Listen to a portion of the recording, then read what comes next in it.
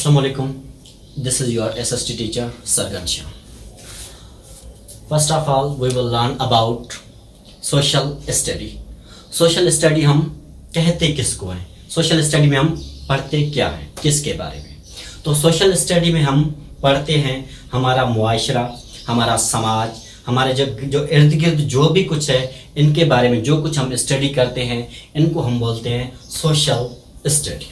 ठीक है, तो सोशल स्टडी में हमारी आ जाती है हिस्ट्री, ज्योग्राफी वगैरह वगैरह. तो आज हम हिस्ट्री में पढ़ने जा रहे हैं. हमारा फर्स्ट लेक्चर है Muslim invasion in the subcontinent, मतलब कि मुसलमानों का पहला हमला सब कॉन्टिनेंट पे. तो जो मुसलमानों का पहला हमला हुआ था सब कॉन्टिनेंट में वो हुआ था 711 एडी में. ठीक है, तो ये इस हमले की जो मेन वजह थी वो ये वजह थी कि एक शिप थी जिसमें हमारी मुसलमान वुमेन्स और चिल्ड्रन थे. जो हमारे जो मुजाहिदीन थे वो शहीद हो चुके थे, उनकी ये विडोज और चिल्ड्रन थी. और ये शिप श्रीलंका से इराक की तरफ जा रही थी.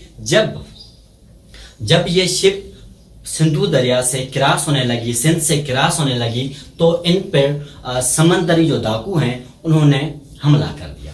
ठीक है, और फिर इनको अपने पास बंदी बना दिया, अपने पास कैदी बना के रख लिया.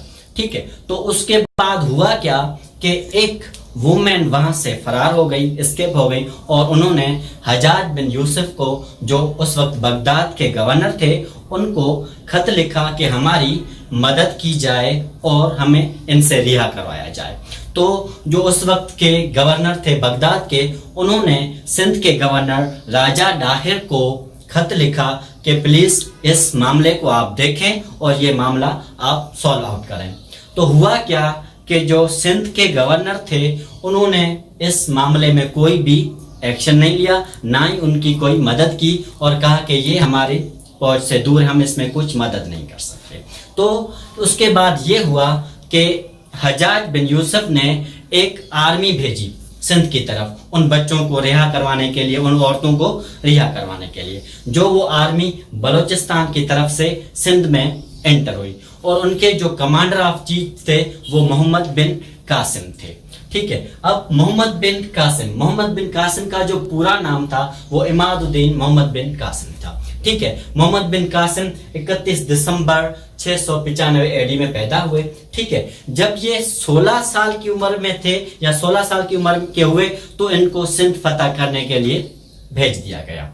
ठीक है, और 710 में एक आर्मी शिराज एक इलाका था जहां से रवाना हुई, और उसमें 6000 शामी जो कहते हैं, हमारे क्या कहते हैं उसको हम, मुजाहिदीन या हमारे लड़ाकू उसमें शामिल थे, और इराकी भी उसमें शामिल थे.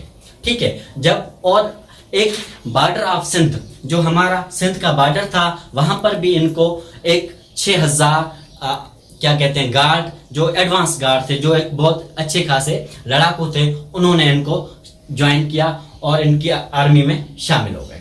ठीक है, उसके बाद जो मकरान के गवर्नर थे उन्होंने भी इनकी मदद के लिए एक जो फोर्स, एक आर्मी भेज दी, जो कि डायरेक्ट सीधी जाके दीबल की जगह पे पहुंची, दीबल पे पहुंची. ठीक है, समंदर के तले, और उनके साथ इन्होंने इनकी मदद के लिए 5 कैटपल्टस, जिनको हम कहते हैं वो जो हमारी तोपें होती हैं उस टाइप की एक तोपें थी जो उस टाइम जंग में जो हम इस्तेमाल करते थे. 5 कैटपल्टस इस टाइप की जो थी कैटपल्ट्स जो उस टाइम जंग में यूज की जाती थी. ठीक है, उसके बाद मोहम्मद बिन कासिम ने जट्स थे उनके साथ भी लड़ाई की, और उसके बाद वेस्ट ऑफ इंडस रिवर, जो इंडस रिवर का वेस्ट वाला जो भी था एरिया, उन्होंने इसको कैप्चर कर दिया, उनको इसने फतह कर लिया. ठीक है, उसके बाद ये इंडस रिवर को क्रॉस करते हुए राजा डायर से इन्होंने जंग की और उनसे लड़ाई की. उसके बाद इसने सारा कंट्रोल ले लिया और मुल्तान पर भी इन्होंने कंट्रोल कर लिया. उसके बाद ये सारा सिंध फतह करने के बाद इन्होंने अपनी वापसी की और ये वापस चले गए. Thank you. आगे हम नेक्स्ट लेक्चर में आगे कुछ हिस्ट्री के बारे में